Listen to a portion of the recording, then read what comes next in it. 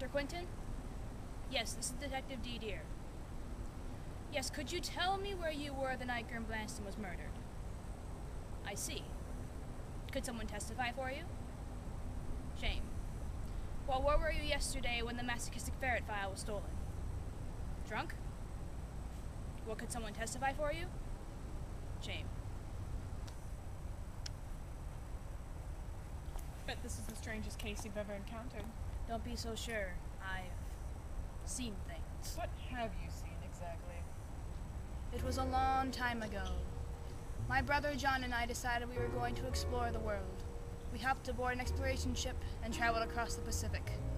But our ship encountered a terrible storm, and we were shipwrecked on an island inhabited only by animals. And we were the only two left alive from the ship.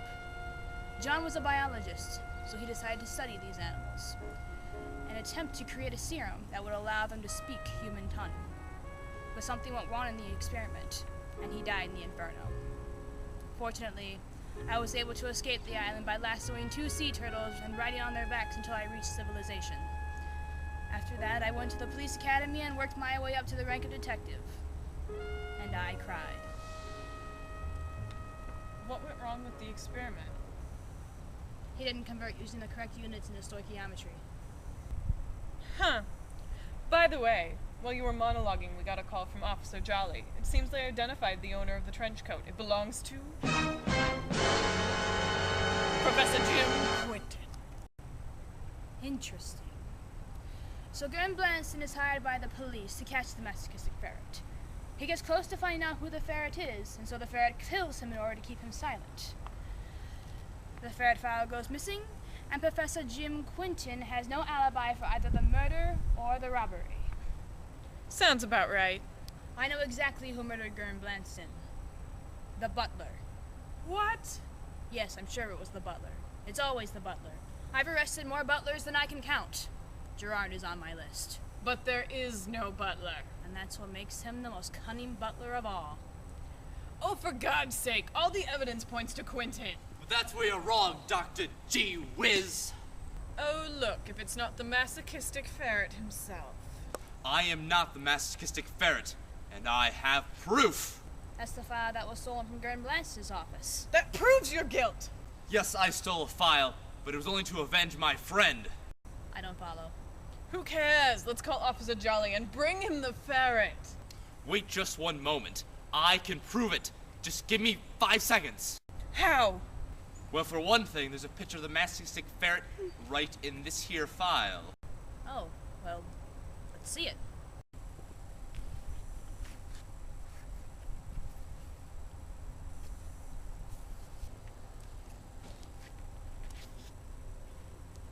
Problem is, I have no idea who this person is. Yes, I've never seen her before. Although that beaker looks awfully familiar. But it's just a matter of time finding this woman and arresting her. Then Gurn Blanston's death will be avenged. Indeed. Indeed. Indeed. Oh my God! It's the ghost of Gurn Blanston! Yes, it is I, the ghost of Gurn Blanston. What are you here for, Blanston? I cannot just sit back and watch an old friend be accused. Quentin is innocent. I even have a flashback to show how good of friends we were. Gurn, what in the ball blazes are you up to? Quentin, why are you interrupting me and my grant dance The for? grant funding is due in 4 days. What do you think I'm doing? If I do this dance long enough, the money will come. Maybe you're right. Ah, yes. I didn't wear my contacts that day. Why didn't you just pop in sooner? Well, because... shut up! We've already figured out that it's not Jim Quinton. Yes, but you made it very easy for the police to believe otherwise, didn't you, Dr. Butler? What? Yes, her name is not Dr. G. Whiz. It is Geraldine Wizard Butler. How dare you interfere, Gurn Blanston? So it was you all along! You stole my trench coat and placed it at the scene of the crime. You are the Masochistic Ferret.